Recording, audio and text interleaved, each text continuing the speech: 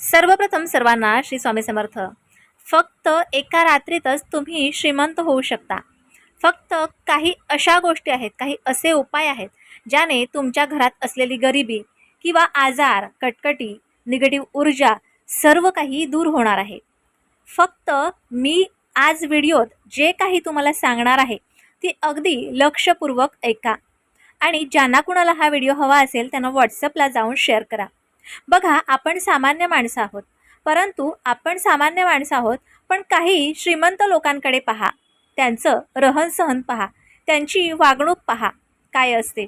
आता बऱ्याच लोकांना अशी सवय असते की कुणाकडे काही मागायचं नाही, पण देवाकडे सुद्धा इतकं कमी मागतात की देवसुद्धा जितकं मागतात तितकंच देतो. अशा काहीतरी गोष्टी नक्कीच घडत असतात. त्यामुळे बघा, आपल्याला जे काही मागायचं आहे ते लोकांकडे नाही, तर आपल्याला मागायचं आहे ते आपल्या देवाकडे. आणि देवाकडे इतकं मागा की खूप सारं मागा. असं म्हणू नका की माझा 5 लाखाचा कर्ज आहे आणि तेवढा फिटण्यापुरताच देवा मला पैसा दे, असं म्हणू नका. बघा, कर्म आणि कष्ट तर खूपच गरजेचं आहे, परंतु आपण जे काही विचार करतो ते विचार पॉझिटिव्ह असणं, ते विचार स्थिर असणं, त्या विचारांवर आपण स्वतः विचार करायला पाहिजे की आपण कुठले विचार करतो, हे सर्व खूप गरजेचं आहे. एखादी गोष्ट मागत असताना देवाकडे भरपूर मागा. आणि आपण बघा, एखाद्या व्यक्तीला जर का श्रीमंत व्हायचं असेल तर ती व्यक्ती काम तर करतच असते, परंतु काम करत असतानाच त्यांना कर्मसुद्धा करायचे असतात. बघा, रोज एखादी व्यक्ती उठते, कामाला जाते आणि ती कर्माने पैसे घेऊन येते, म्हणजे कष्टाचे पैसे घरात घेऊन येते. पण काही लोक असे असतात की त्यांना त्यांचं नशीब कुठेतरी पुढे जाऊन खूप श्रीमंत बनवतो. कुणाला लॉटरी लागतं तर कुणाला काय. आता बघा, आपल्याला काय करायचं आहे, आपण जे काही विचार करतो ते आकाशाकडे जातं, म्हणजे ब्रह्मांडाकडे जातं आणि तेच आपल्याला रिपीट मिळतं. ही गोष्ट गेल्या 1-1.5 वर्षापासून मी तुम्हाला समजवते की नेहमी पॉझिटिव्ह बोला. आता बघा, तुमच्याकडे खूप पैसे आहेत ह्या प्रकारे तुमची वागणूक असली पाहिजे.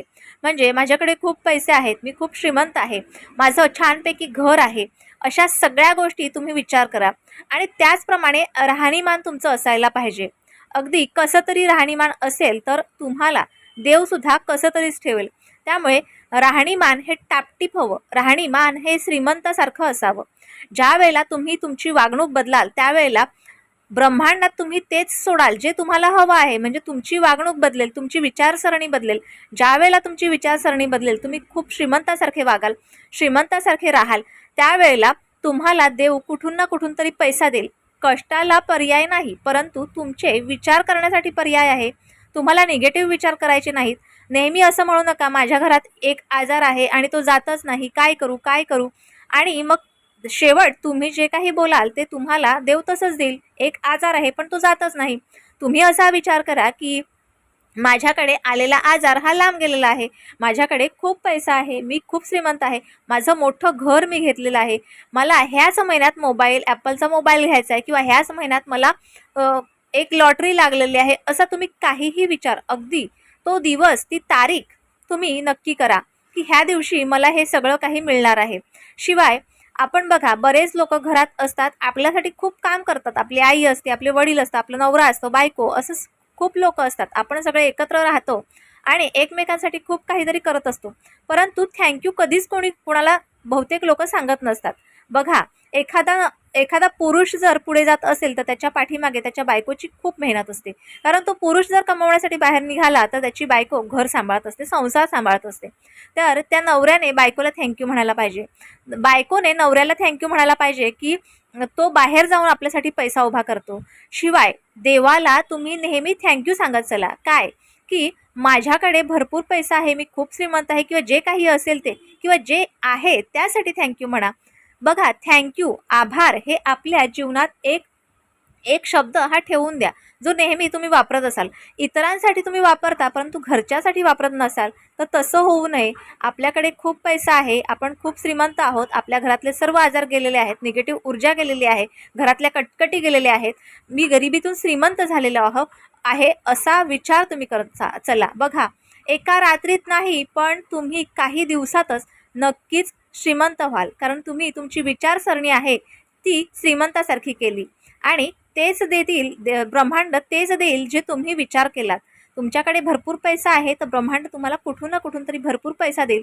तुम्ही जे कर्म करता त्याला कष्टाची साथ, कष्टाला कर्माची साथ, ह्या सगळ्या गोष्टी मिळतील आणि तुम्ही खरंच खूप श्रीमंत व्हाल.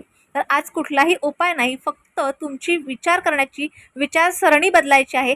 हा व्हिडिओतला उपाय आहे. तर आजचा छोटासा व्हिडिओ तुम्हाला कसा वाटला मला नक्की कळवा आणि व्हिडिओ आवडल्यास लाईक, शेअर, सबस्क्राईब मात्र जरूर करा. पुन्हा भेटूया अशाच एका नवीन व्हिडिओसोबत, नवीन विषयासोबत. तोपर्यंत सर्वांना श्री स्वामी समर्थ.